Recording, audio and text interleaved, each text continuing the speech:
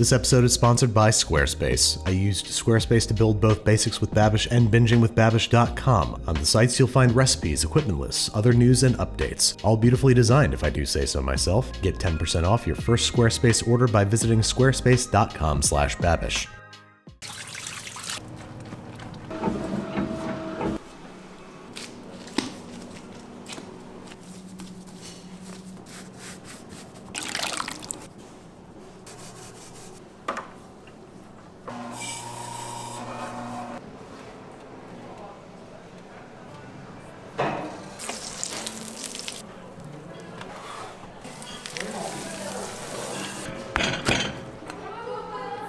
Hello there, welcome back to another episode of Anything with Alvin, where I make food from videos that I like to watch in my spare time. This time, I'm going to be taking on making the pizza al transio, or sliced pizza, popularly served at the establishment in Milan called Spontini Pizza. This type of pizza is large, thick, and loaded with lots of cheese, super gooey, and really delicious looking. So I've been always curious to see what it actually might taste like. Based on the size of this pan that we got, I think we're in for a good time. Let's start with the dough. Now there's actually a couple of recipes offered by the establishment themselves, so we kind of took the liberty to go around and collect them all. In a large stand mixture, I'm combining 450 grams of 00 flour, 5 grams of dry instant yeast, 4.5 grams of kosher salt, and 300 grams of water. This is all going to get mixed up until it's about a shaggy dough, roughly 5 to 8 minutes. Once the dough is ready, this is going to get turned out onto the work surface and just kneaded until it becomes a nice smooth ball. Let's give this dough a nice proof under a moist towel for about 30 minutes until it has gotten doubled in size. On to the pizza sauce. Now this one is pretty simple. It's just 2 28-ounce cans of crushed tomatoes, a tablespoon of salt, half a tablespoon of pepper, and half a tablespoon of dried oregano.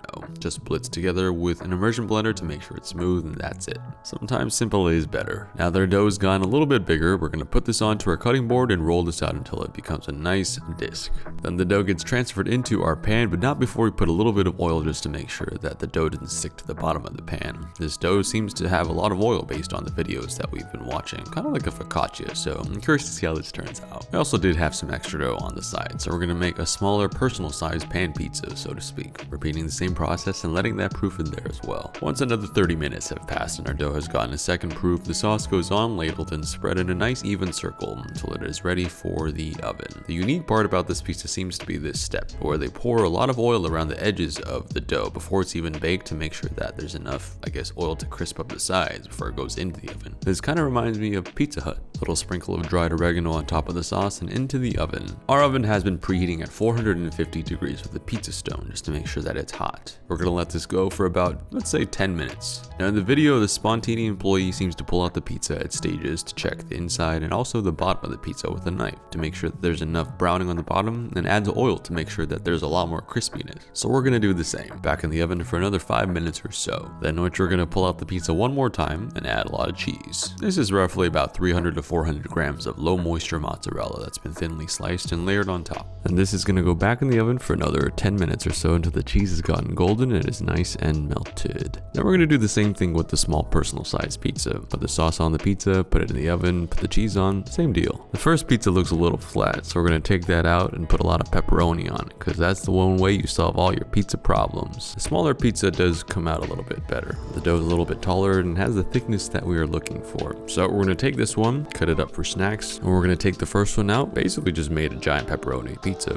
Cut that one up for snacks as well to feed the whole studio, because everybody's been waiting and smelling pizza all day long. I think the issue with the first pizza was that it actually proofed in an environment that wasn't humid or warm enough. We kind of just put it downstairs without a cover, so this time we're going to redo the dough, but we're going to make sure that the pizza goes under a moist paper towel the second time. So both proofs are going to be in heat and moisture. Same thing, make the dough, roll out the dough, put it in the pan with the oil, let it proof, this time in a better environment. And we're going to make sure that we prepare it the same way, but we're also going to multiply the cheese by 2, because this is an extra cheesy pizza. We're also going to crank the heat up to 500 degrees in order to get a better ride on the dough in the oven. And this seems to be working very well. The cheese is very gooey and melty, the dough is thicker, and it looks closer to the original than we had ever expected. So we're going to slide this boy out, cut it up into slices, 6 very thick cheesy slices. Look at that cheese bowl right here. Well, that's a good one. And then we're going to take one of these slices and use a cleaver and chop it up until these little square chunks, just like they serve it in Italy. Then we're going to put this on a plate and eat this cube by cube.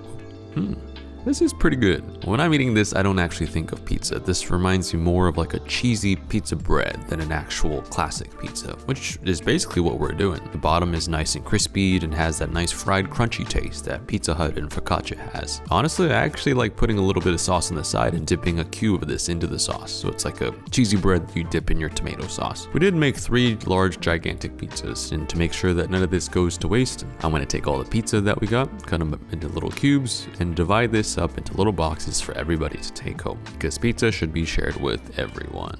Thanks again to Squarespace for sponsoring today's episode. They've been a great partner in supporting the Babish culinary universe and bringing my websites to life. From websites to online stores to domains and analytics, Squarespace is the all-in-one platform for you to build your online presence. They also have SEO tools so that your site is getting found and searched by more people more often. If you want to try it for yourself, you can start your free trial today by visiting squarespace.com/Babish to get 10% off your first purchase.